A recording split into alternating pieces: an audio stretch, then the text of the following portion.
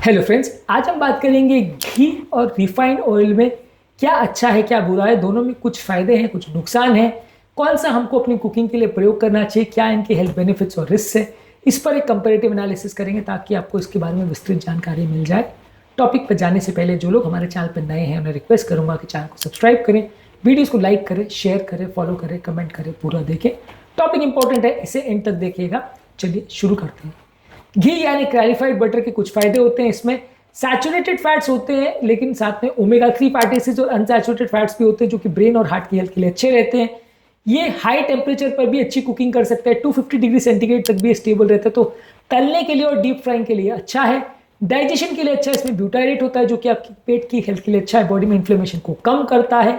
Fat soluble vitamin जैसे vitamin A, D, ई और के, ये बॉडी की इम्यूनिटी को इंप्रूव करने के लिए और बोन की हेल्थ के लिए और विजन के लिए अच्छे होते हैं। इसके बॉडी में प्रोडक्शन को और बॉडी के यूजेज को बढ़ाता है।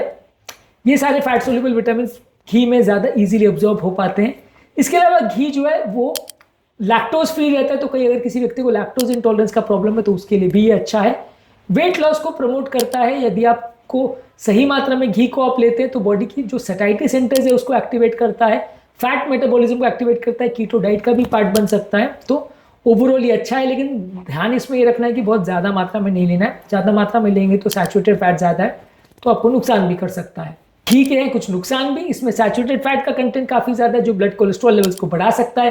कैलोरी डेंस बहुत ज़्यादा है, यानी कि एक चम्मच में लगभग 120 कैलोरीज होती है, जिससे ओवर कंजम्पशन होने का चांस ज़्यादा हो जाता है। एक बड़े चम्मच में 120 कैलोरी तक हो जाती है। इसके अलावा ये क्वालिटी पर भी काफ़ी हद तक निर्भर करता है। कई जगह पे अगर आप ग्रेन फेड क्राउस का अगर ये प्रयोग करते हैं घी का तो क्वालिटी बहुत अच्छी नहीं आती, उसमें ओमेगा 3 फैटी एसिड का कंटेंट थोड़ा कम रहेगा। बेसिकली मतलब ये है कि अगर जिस जानवर को जिससे आपने ये दूध को लिया और उससे आपने घी बनाया, अगर वो जानवर को आपने ग्रेन्स खिलाए हैं, चने वने ये सब खिलाए, तो आपके घी की क्वालिटी अच्छी नहीं बनेगी, ओमेगा 3 फैटी एसिड उसमें कम रहेगा। यदि वो जानवर को आपने घास खिलाया है तो क्वालिटी अच्छी रहेगी। तो ऑब्वियसली ये पता करना ज़्यादातर हमारे लिए मुश्किल होता है कि जिस जानवर का दूध लिया गया उसको क्या खिलाया गया, लेकिन अगर पता हो तो ज़्यादा अच्छा है। एटलीस्ट वेस्टर्न कंट्रीज में लेबल्ड होता है कि ग्रास फेड या ग्रेन फेड जानवर का ये दूध से बनाया गया है, तो क्वालिटी होना, उसमें प्योरिटी होना काफ़ी ज़रूरी है। क्या जानवर को खिलाया गया है वो जानकारी होना भी ज़रूरी है। जानवर को बहुत ज़्यादा हार्मोन्स वगैरह तो नहीं दिए गए, ये भी जानकारी होना ज़रूरी है, क्योंकि कई बार जानवरों को दूध की यील्ड बढ़ाने के लिए कई हार्मोन्स दिए जाते हैं जो कि ह्यूमन के शरीर पर नुकसान करते हैं। रिफाइंड वेजिटेबल ऑयल्स के क्या फ़ायदे हैं, क्या नुकसान है, उस पर बात करते हैं। इसमें sunflower oil, soybean oil, canola oil, palm oil, ये सारी चीज़ें आते हैं। फ़ायदा ये है कि इजीली अवेलेबल है, अफोर्डेबल है, ज़्यादातर गरीब घरों में भी इजीली इसका प्रयोग किया जा सकता है। टेस्ट बहुत माइल्ड है, तो खाने के टेस्ट को वेरी नहीं करता, तो आप इसका इजीली यूज़ कर सकते हैं, हर तरह के क्विजीन में प्रयोग कर सकते हैं। और कुछ तरह के, खासकर कैनोला ऑयल और ऑलिव ऑयल में अनसैचुरेटेड फैट्स थोड़े रिच रहते हैं, तो हार्ट हेल्दी अनसैचुरेटेड फैट्स के लिए भी इनका प्रयोग कर सकते हैं, उस मामले में भी थोड़े रिच रहते हैं। सैचुरेटेड फैट्स थोड़ा कम रहता है। नुकसान बहुत सारे हैं, ये सारे केमिकली प्रोसेस्ड रहते हैं और हीट से प्रोसेस किए जाते हैं, तो इसमें ब्लीचिंग और केमिकल एक्सट्रैक्शन होता है जिससे इसके सारे न्यूट्रिएंट मर जाते हैं।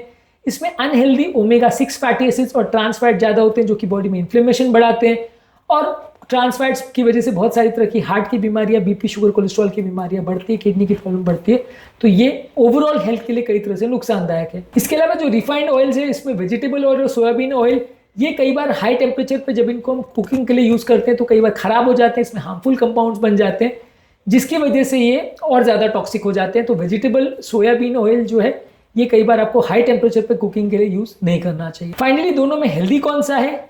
अगर प्रोसेसिंग की बात करें तो घी नेचुरल होता है, उसमें प्रोसेसिंग बहुत कम है, जबकि रिफाइंड ऑयल में बहुत ज़्यादा केमिकल्स और प्रोसेसिंग का प्रयोग करते हैं, तो ये खराब है। स्मोक पॉइंट की बात करें तो घी का स्मोक पॉइंट अच्छा है, तो फ्राइंग के लिए यूज़ कर सकते हैं। रिफाइंड ऑयल का स्मोक पॉइंट 180 to 230 है, घी का 250 है, तो घी के कंपैरिजन में इसको डीप फ्राइंग के लिए या हाई टेम्परेचर कुकिंग के लिए यूज़ नहीं कर सकते हैं। न्यूट्रिएंट घी में ज़्यादा अच्छे होते हैं, विटामिन ए, डी और के इसमें ज़्यादा अच्छा होता है। रिफाइंड ऑयल्स में ज़्यादातर न्यूट्रिएंट नहीं होते हैं। हार्ट की हेल्थ के लिए घी थोड़ा बेटर है, सीमित मात्रा में लेंगे तो अच्छे कोलेस्ट्रॉल को बढ़ाएगा, बहुत ज़्यादा मात्रा में लेंगे तो नुकसान कर सकता है। रिफाइंड ऑयल्स में ज़्यादातर ओमेगा 6 फैटी एसिड होता है जो कि इन्फ्लेमेशन बढ़ाता है, तो वो ज़्यादातर नुकसान ही करता है और बहुत सारी तरह की बीमारियां करता है। खासकर जो ट्रांस फैट से बनाए हुए फूड प्रोडक्ट्स हैं वो और ज़्यादा नुकसान करते हैं।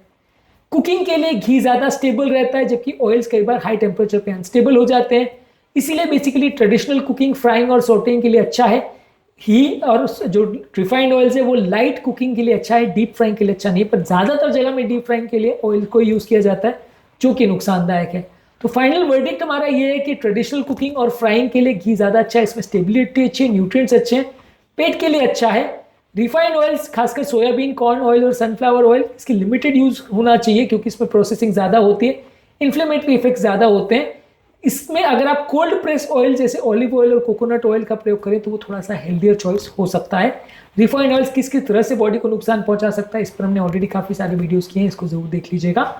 अलग अलग तरह के ऑयल्स की क्या फायदे नुकसान होते हैं उस पर भी हमने वीडियोस किए, इनको जरूर देख लीजिएगा।